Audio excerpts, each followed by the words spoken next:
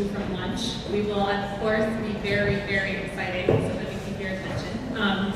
So I don't have long opening remarks because mainly I am not actually an expert in food business innovation. So I am here to learn from all of these folks as well. But what I do know is that our food systems, our food businesses, our food economy, they are changing. I think Renee did a really nice job of describing a lot of the ways in which that's happening. And we are either participating proactively in that change, or we are getting taken along for the ride, maybe in a positive way, maybe in a negative way. And so I think talking about innovation is naturally a way to talk about change. And we are all living in changing times. So we'll start sort of with that as our context. And the question that I have to open things up is for all of you. So whoever wants to jump in, but let's just start big and think about what big food business innovations are you tracking? What comes to mind when you think of food business innovation? And what challenges are you hoping that those innovations will solve? I can go first. A couple of things come to mind initially. Agrivoltaics, that's something, I come from an energy background. We have a big solar initiative coming up soon, and the idea of using land for multi-purposes, solar and farming at the same time, it's interesting to me. It's something that I've been tracking and want to see if it's something we can integrate into the work that we're doing here in Detroit. Along with that, I think that vertical farming is interesting to me. As I mentioned before, lots of work in the energy space before coming here. So understanding, the energy consumption in vertical farming is something that's been of interest to me because it's a solution that we're going to be looking at for the future, possibly. So I'm interested in understanding, how much energy it's going to consume, how efficient it will be, how much water we can save and when that balance. I think those are a couple of things I thought about. So I'm a college professor. I'm going to go on at great length, so sorry. Thank you, Jack, for being on back. I can't do that. So I teach at the University of Michigan. I teach a graduate class on designing equitable enterprises. What we mean by that is enterprises that are locally owned, that contribute to the community, create good jobs, and sort of nourish the community. We teach students from all different schools on campus, and the premise is that if you want to start an enterprise, you need capital, you need labor, you need supplies, you need distribution, you need some way to organize internally. You probably need a legal form like an LLC or a perpetual purpose trust. And all of these things have been undergoing really pretty dramatic changes over the last 20 years. So I think about what the smartphone has unleashed in terms of the food world. So think about what a restaurant looks like as one flavor of food business. There was a time when you'd walk in, order food, they'd make it there, you might eat it there, you might eat it in your car, you might take it home with you, and that was a vertically integrated business.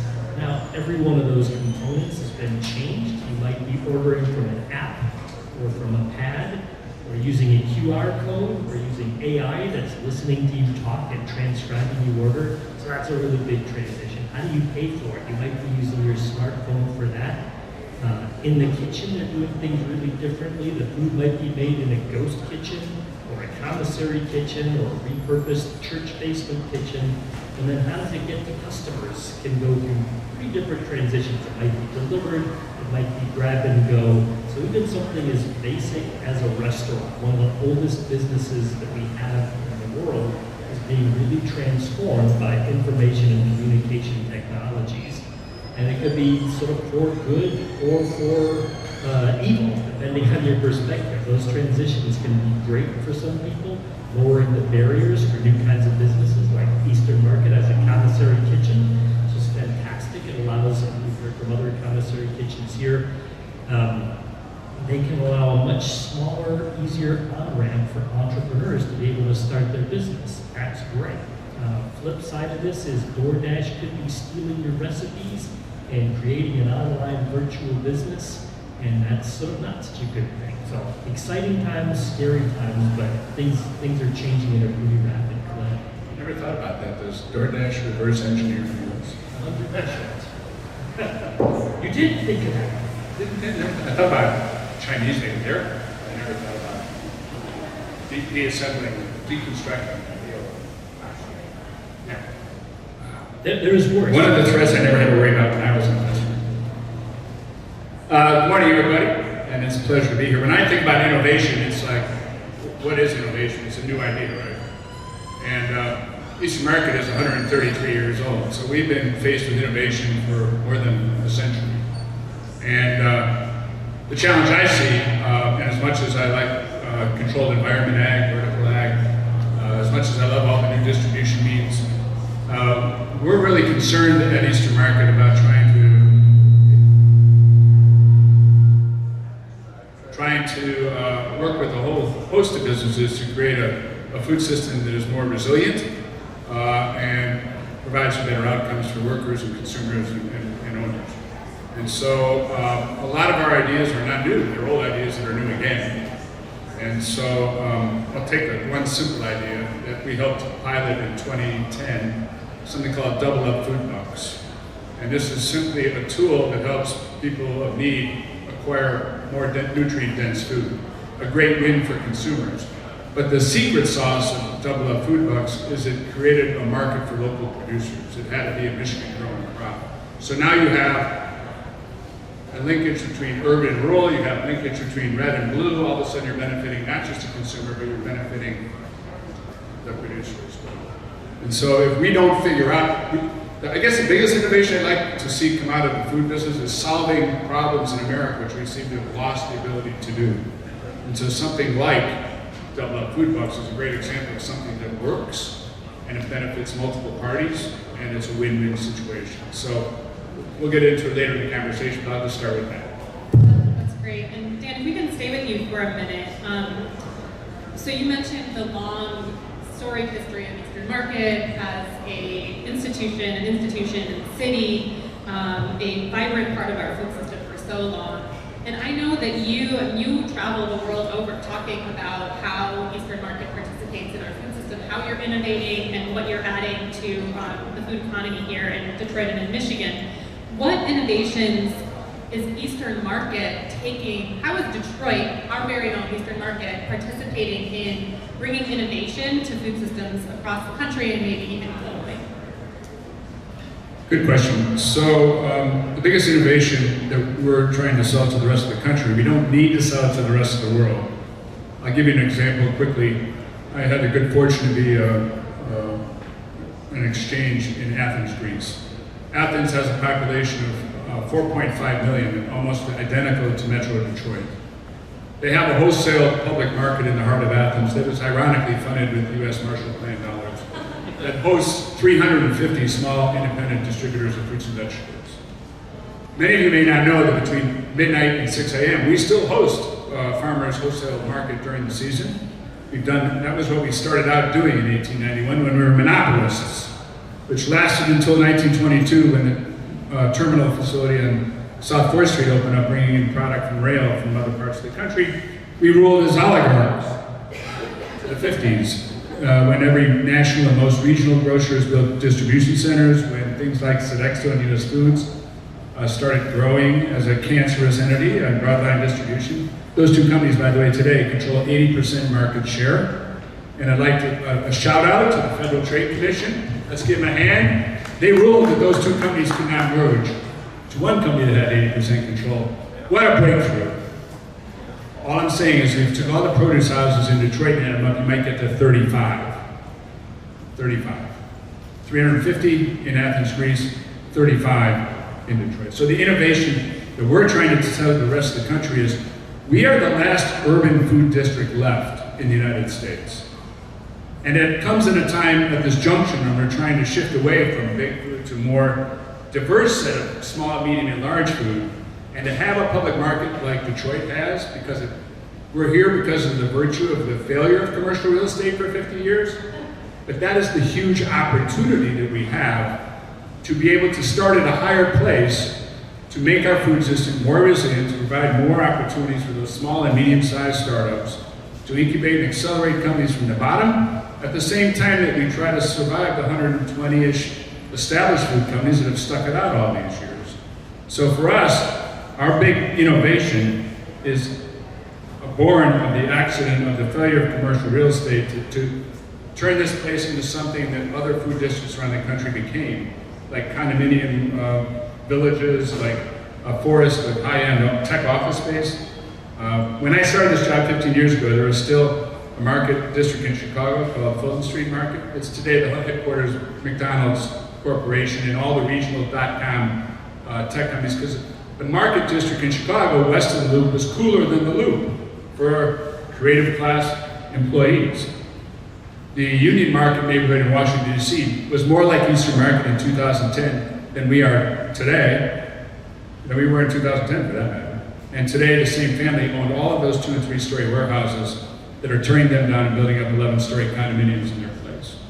If we did not intervene in commercial real estate in Detroit, and we'll talk about that later, we would follow in the footsteps of every other commercial. So the innovation is twofold. One is to take full advantage of this platform to build small and medium-sized food businesses.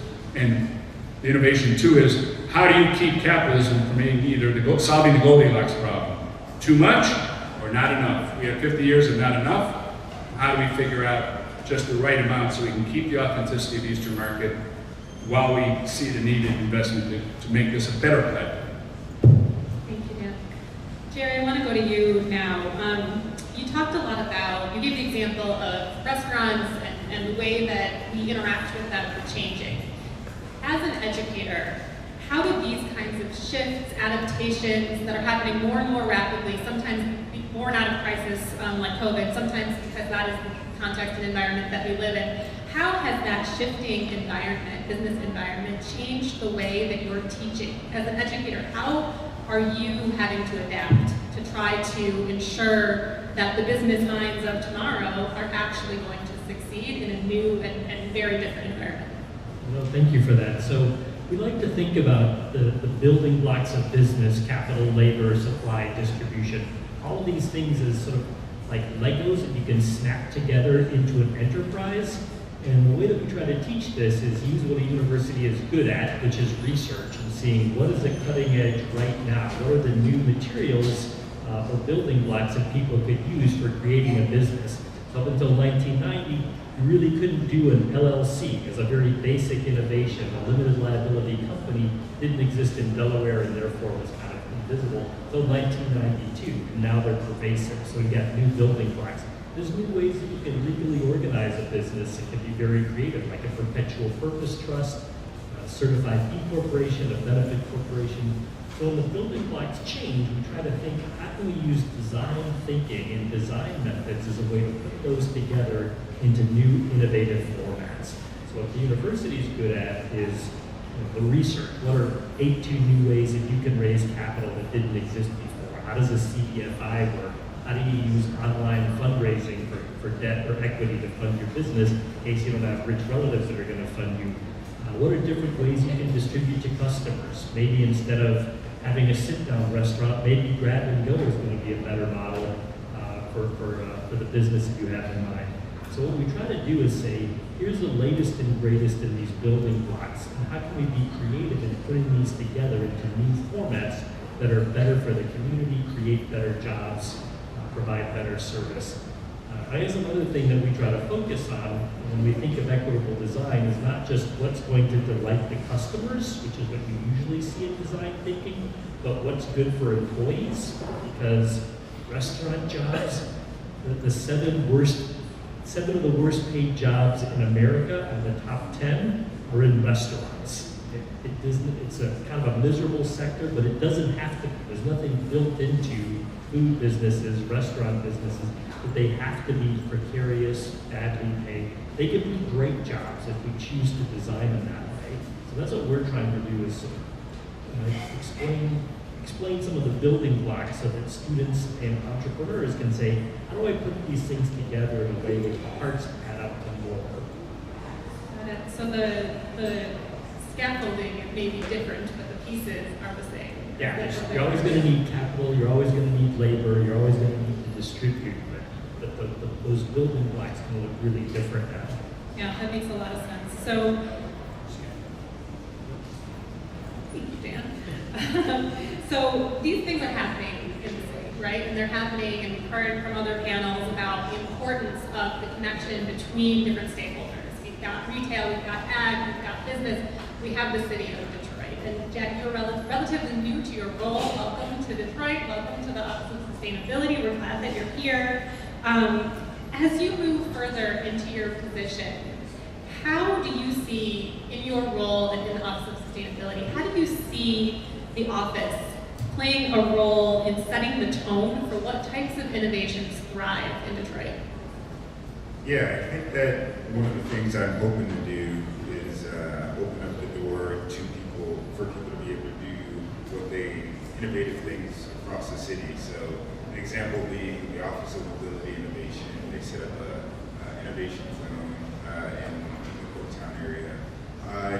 Thinking through how we do something similar to that, to where we allow people to, get to do innovative things in a way that the bureaucracy of government doesn't stop them from doing those innovative things. So trying to be a little bit more creative and thinking through how we can be innovative overall as a city. There's so many things we can do. And for me, one of the things I'm focusing on is how we're going to use green spaces for folks to be able to, use creative, innovative ideas for the city of Detroit. Whatever capacity that comes, I want to open up the floor for people to be able to take on, important things and things that are creative for the city of Detroit. So that's the way I'm looking at it. Just trying to do what I can to remove barriers for people to be innovative and open the door for folks to want to come here and do things that are different than what's been done in the past. Great, thank you.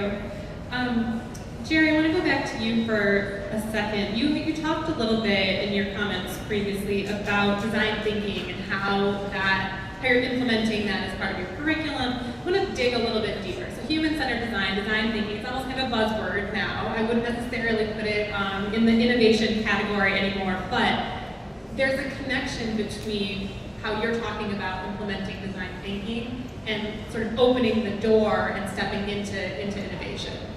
In businesses in particular. So can you talk a little bit about how human-centered design thinking is connected to innovation in your mind? What does it unlock, and how might we see it showing up in food businesses in the future?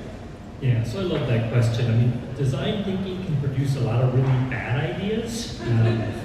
My favorite would be Jewel, which was started by 2 Stanford graduate students who were both cigarette smokers, and they met standing outside the building smoking cigarettes, and they said, if only we could come up with some way to help adult smokers quit smoking. They came up with this really nice e-cigarette with vape pods that would allow grown-ups to quit smoking.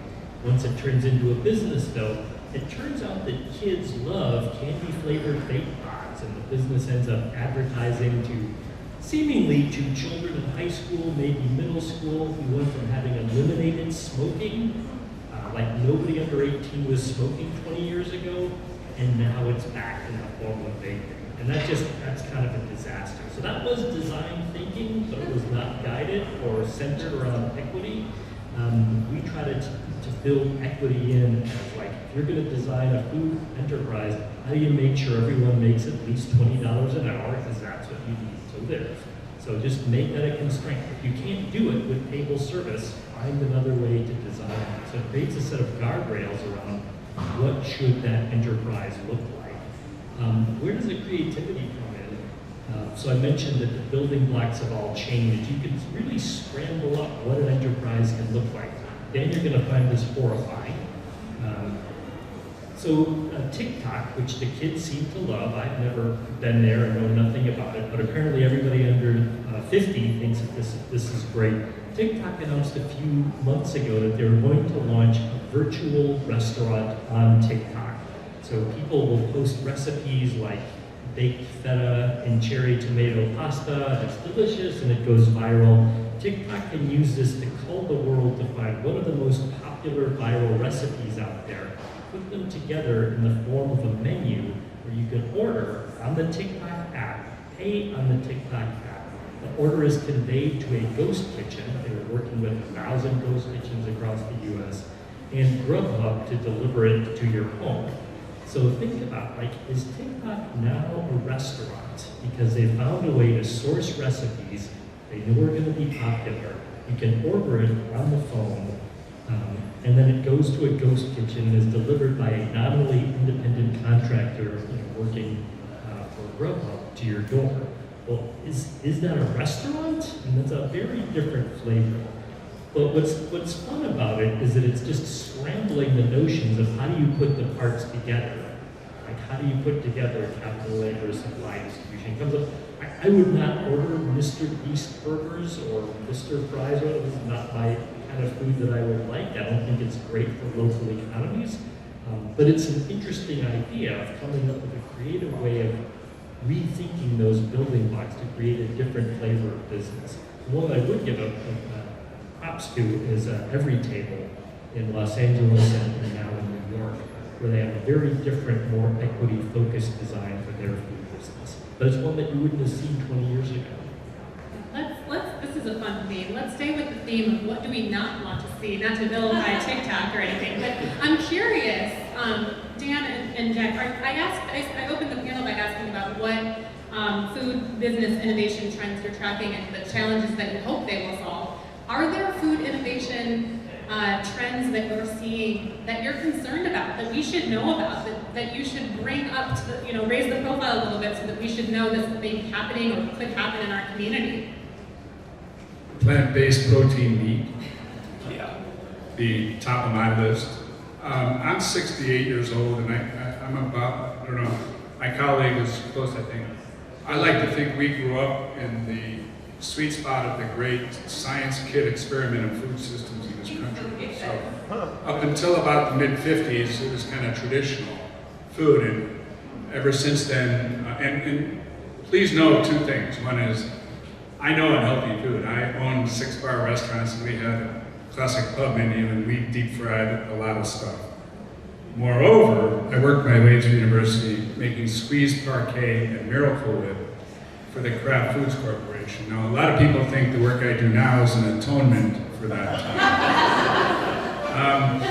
That was the future of food, squeezed parquet. I think Kraft didn't even like it. They sold it to somebody else. But there's a lot of things we should be concerned about as we're trying to address climate change, and there's all sorts of things that are, I think, posed as innovations that may be no better than what they're replacing. And we won't know for 10 or 20 years until we kind of sort of digest it, literally. And so I would just say plant-based, factory amino acid-based, plant-based meat alternatives may or may not be good or better for you than meat. So no Beyond Burger Eastern Market collabs. I'm not saying they're all coming. I'm just saying we don't know. Just kidding. Jack, what about you? What are you tracking that you're concerned or maybe a little red flag for our community? Yeah, I'm quite literally half your age, Dan, so I didn't come up in that age, but I think that what you said in terms of the plant-based meat is true. I think there's still things that need to be tracked. I think that there does need to be some switch off from eating meat as much as we can.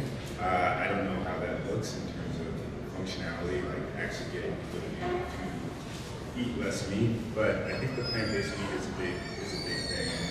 Along with that, as you're mentioning, just technologies that are coming forward without the actual thought process of what comes next in terms of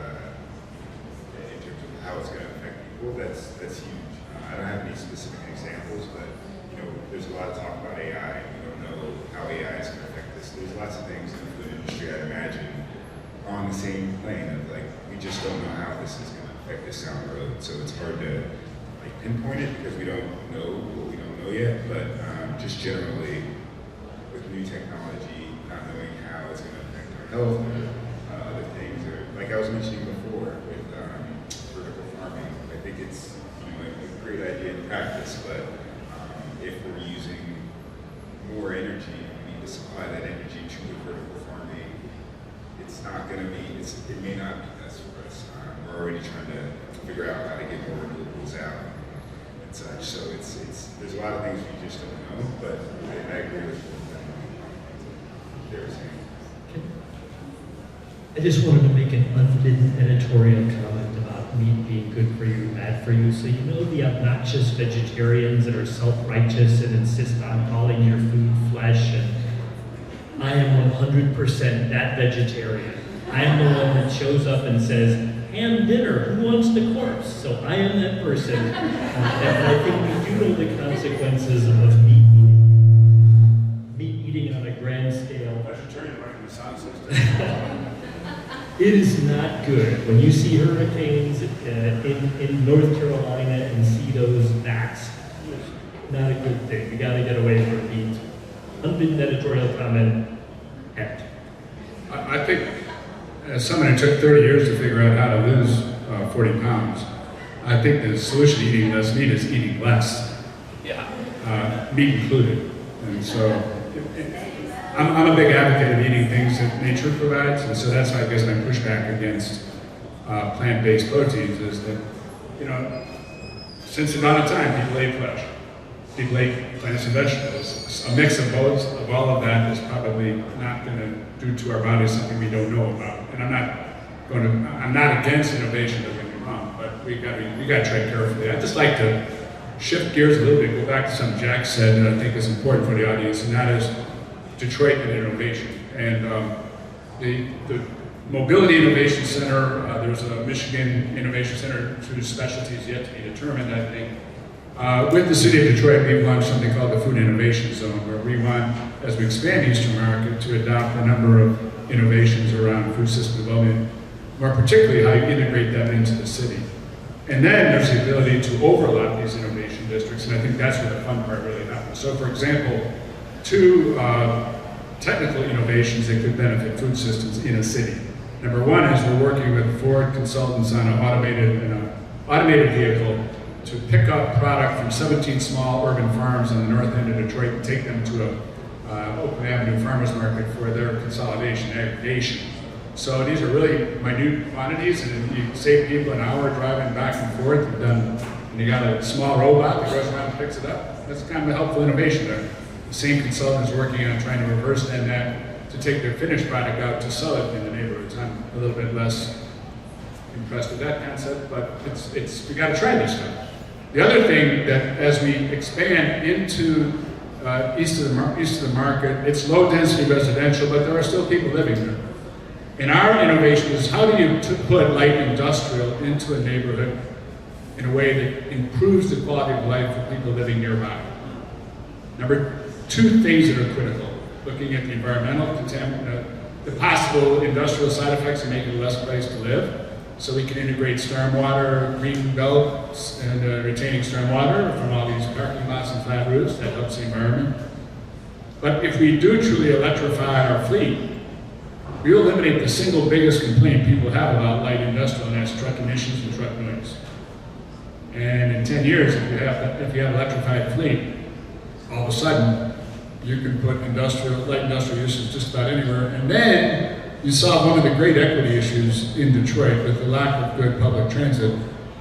Everybody has to have a car to get to their job in a household, and you can actually live close enough to walk to work. Not only do you need a car, more importantly, you need the car insurance. And all of a sudden, you can sort of start to assemble household wealth. So that's why we call it the Food Innovation Zone, and among other things, the proximity of light industrial food jobs. And I would agree with Jerry. I ran restaurants from 1979 to 1989. I did not know until I got out of the business that there was a separate minimum wage for tipped employees. So we always paid people at the overall minimum wage, and I didn't feel dumb when I found that out. I felt proud because our people most of our people made a living wage, and we actually pulled tips, so the cooks as well as the frontline staff all benefited from that. But I would say that the food processing industry is one that we overlook sometimes. It's not, tech, and you got manufacturing, and you got food. Well, it's the second biggest industry in the state. In a healthy food processing sector, we have about 1,500 of those jobs in Eastern Market, making some scientific, innovative projects like fresh burger patties, that pink slime stuff you see. Wolverine can make 18 million of those fresh burger patties each week, and they distribute them to companies across the United States. EW Global found a new way to make corned beef where they inject the brine rather than soak it in brine. And their growth, since that innovation, their growth is off the charts. They, between September 1st and March 1st, will put into cold storage 350 semi-loads of corned beef this year to distribute to Sam's Club and Walmart distribution centers, that evil that I talked about earlier, the centralization and concentration of food distribution in this country. They will distribute those between 15th of February and 1st of March for the St. They are the St. Patrick's Day corned beef purveyor to Sam's Club and Walmart's nationwide. And that's 75 jobs for 6 months a year. So we're not against participating as we can in that space, but we believe that we have to do a better job of making, and the truly innovative part is trying to find business models that work for small and medium enterprise. And I would argue that our greatest challenge in this country is actually the medium sector.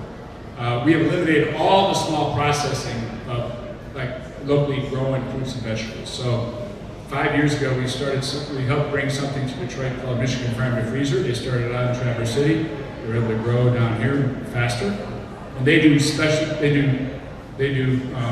batch freezing of Michigan grown crops, which is something that's not particularly new technology. It's just not done at regional scale anywhere. All the big guys have won that turf. And now we have these guys freezing locally grown asparagus and broccoli and cauliflower, which does two things. It again lets consumers eat local year-round, it benefits them, and it gives our vegetable growers a better chance at more ways to find profit. And so those are some of the innovations that we think are important. Can you add to that a little bit? Because I know that you're also involved in incubation and support for entrepreneurs at the smaller and mid scale. How is Eastern Market supporting that level that you're talking about? Thanks for that. So this is an interesting place where food access, social equity, and quality of our diets come together.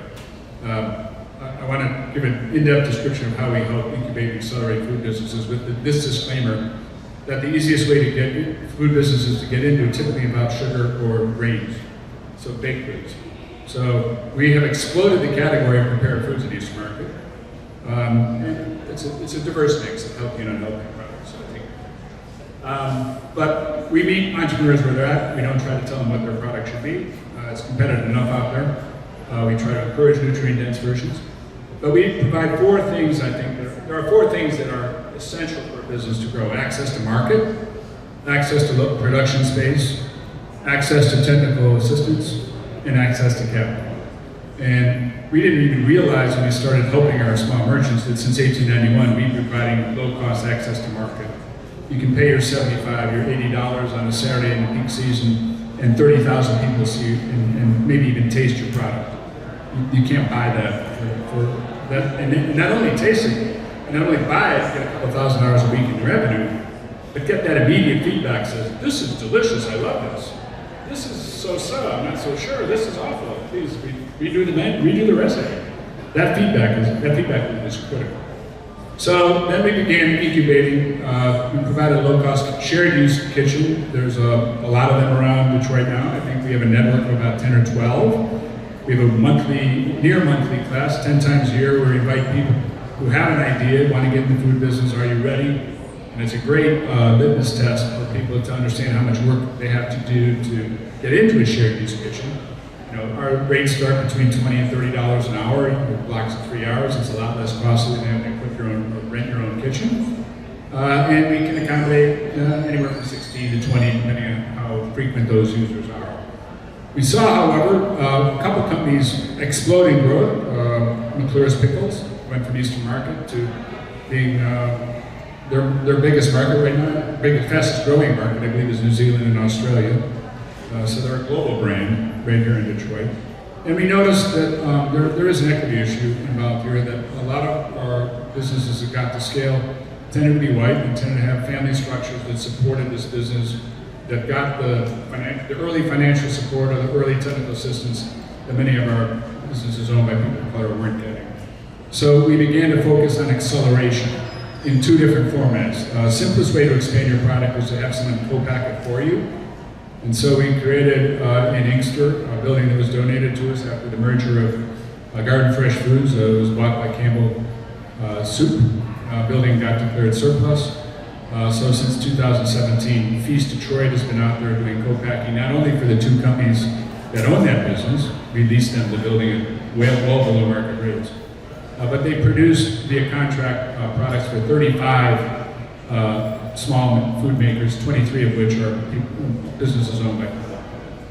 We also noticed that a lot of people didn't want to trust the recipe with a third-party co-packer, and so we started to create a series of suites that we rent one-on-one to those companies that have gotten to about $200,000 in sales and have a goal to get, or a plan to get to $1 million or more a year. And we have 4 right now. We have funding in hand from the federal government to build 2 more. And plans and a pending grant application to build out 5 more. That would satisfy the demand we're seeing for about 12 to 15 total suite spaces as another form of acceleration. Our staff provides technical assistance. There is something in Detroit. I think one of the sponsors today is New Economy Initiative. They have a very fabulous entrepreneurial roundtable. There was a call this morning. So the ecosystem of business support for that technical advice. They're also going to be announcing a very exciting new loan product. So access to capital is something we don't get into too much because so many of our businesses, the primary struggle is to get loan ready, not to get the loan. And so we're focused on getting people up to that and help them when they get to that. Thank you, Dan. That's really exciting work to see happening here. Jack, I want to bring it back to you for a second. Your colleague at the city, Shelby, brought up the Sustainability Action Plan. We know it's been in place for a little while. We've seen some updates come through. And for those of us that have read it, we know that there are sections that talk about food, local food, and how the city both supports food systems and particularly local food within the city procurement, et cetera. Can you talk a little bit about how food shows up in the current sustainability plan and what you hope might happen in the future, as I assume it will grow, evolve, change, and we'll see new versions? Yeah, so a couple of things in that plan that was published in 2019. So it was basically centered around healthy, thriving people. That was kind of the center of what the office, Joel, Ferrani, and the whole team of people who worked at the office at that time set up. So the way I'm seeing it as my role in sustainability here is, I'm trying to make sure that sustainability is at the front of how all the different agencies are thinking about our future plans and such. And that requires a lot of coordination on my part, making sure that everybody's aware of what's in the plan. We're about to release a strategy for the plan as well.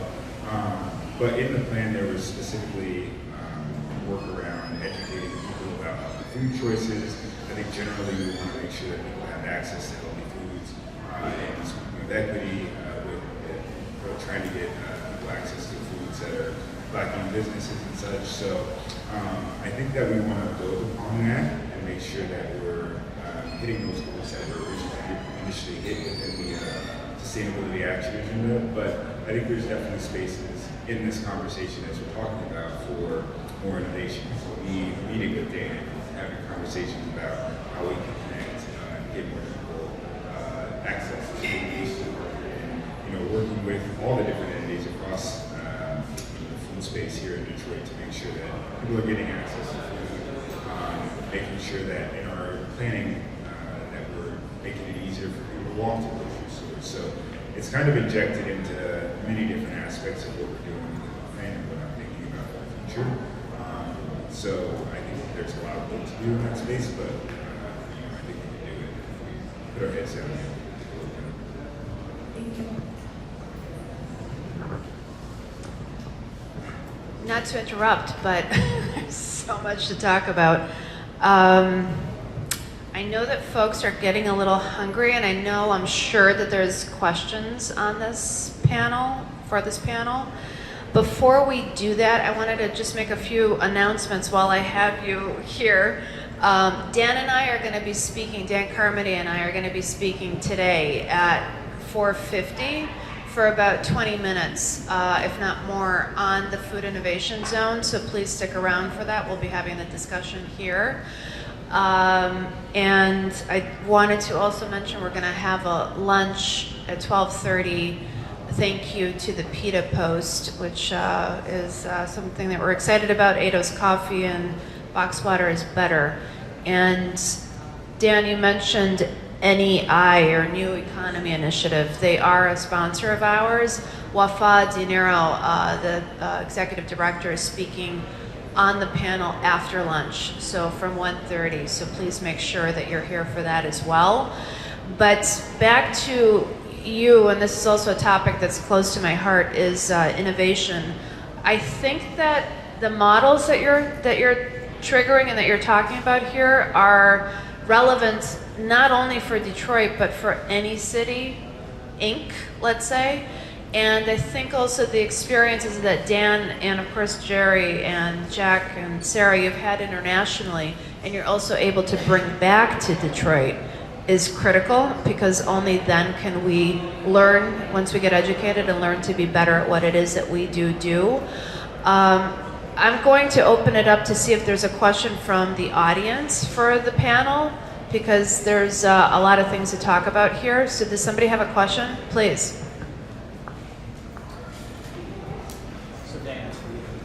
Eric Jones, we've met before. Good to see you again. So I was thinking, is it appropriate for this topic? But I really think it is. So just had the good fortune to go to Europe and spend a few weeks, and you really see the high level of quality of food that they have over there. You know, the lack of pesticides and herbicides and additives. From your perspective, what are you seeing in the U.S.? What's your outlook? Are you optimistic that we're going to take steps in that direction to eliminate a lot of those and catch up with the rest of the world? Good question. I just came back from Rome, where East America was invited to be one of 56 founding members of the World Coalition of Farmers Markets. And the Italians and the Greeks and the Spanish, the places I've spent a lot of time, fortunate to spend a lot of time in the last 5 years, their consumer doesn't tolerate the experimentation that American consumers tolerate. They want their stuff like nature intended.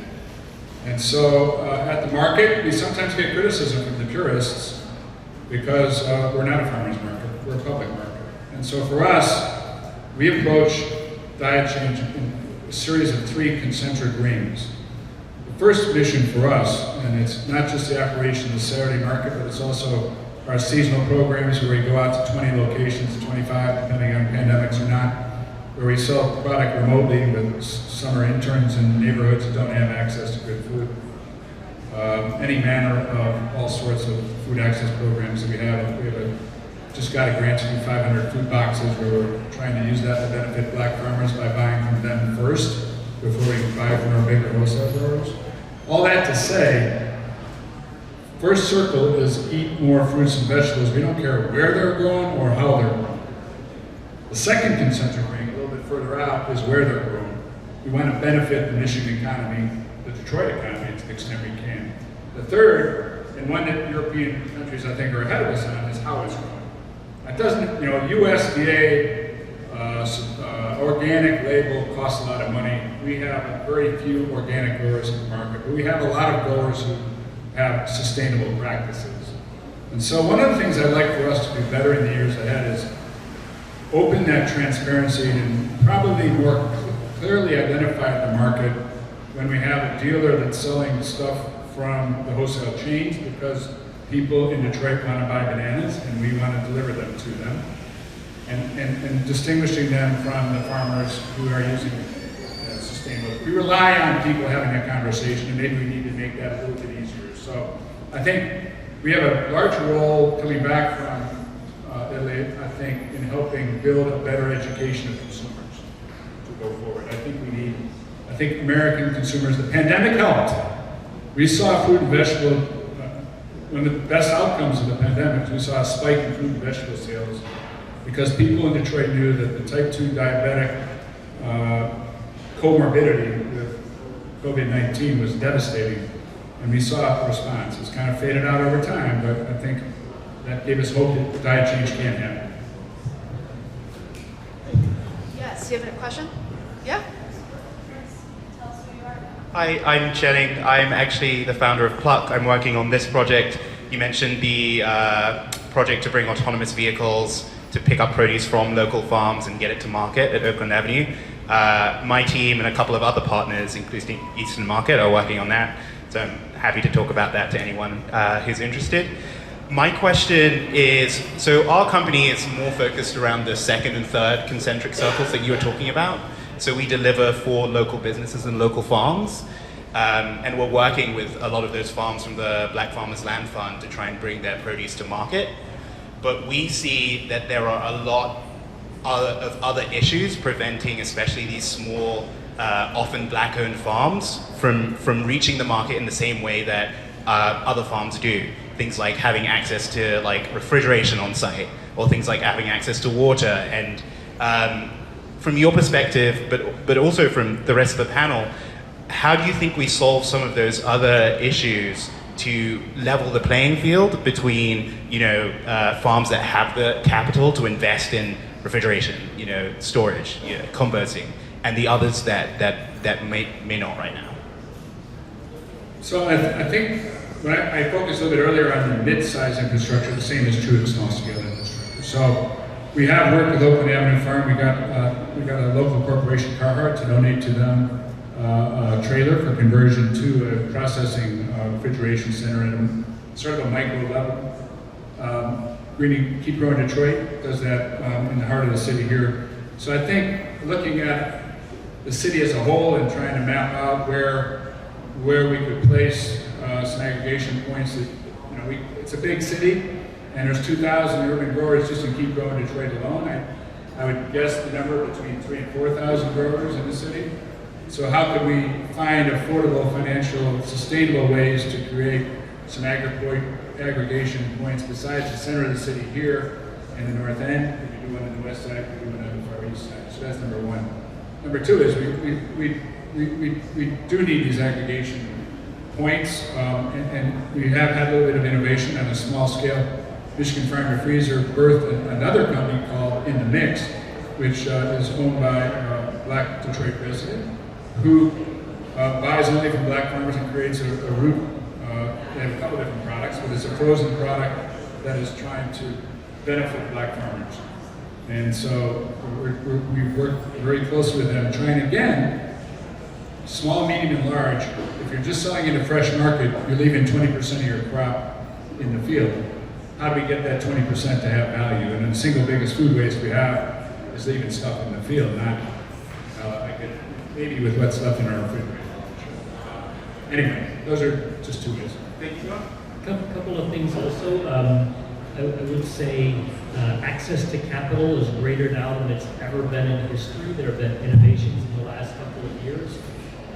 Right now, for the last 2 years, you've been able to do crowdfunding of up to $5 million from non-accredited investors. That wasn't true for most of our history, but in the recent past, there have been incredible innovations and access to capital. So we have a website called revisitinnovation.com, which you can go to, and it walks through what's a CDFI, how do I do online crowdfunding. It's sort of a shopper's guide written in plain English by our students for what are different flavors of capital availability right now. The other thing I think about is it possible to create organizational forms like co-ops? There's long histories in the agricultural sector, like Land O'Lakes is a co-op. There's a long history of collaboration on some of the capital equipment for the more costly forms. So maybe you could have multiple partners banding together and creating a co-op. There could be a lot of advantages to that in both marketing and processing and beyond. So yeah, look to history, I guess, as a guide. Make sure you check out Pluck Eco.